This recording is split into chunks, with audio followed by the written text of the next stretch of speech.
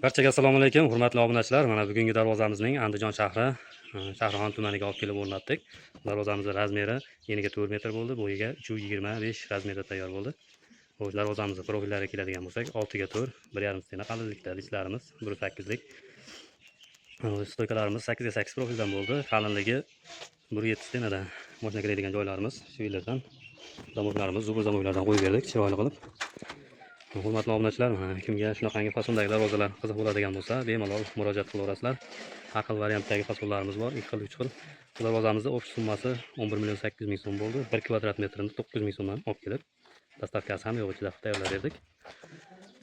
Xo'sh, arqa tomonlarini ham bir ko'rsatib o'tamiz. Zamoklarimiz zubur zamok. Arqa holatlari juda ham tekis chiqdi. Teva tomonidan ozgina setka qilib berdik. O'rtalari sentr zamok.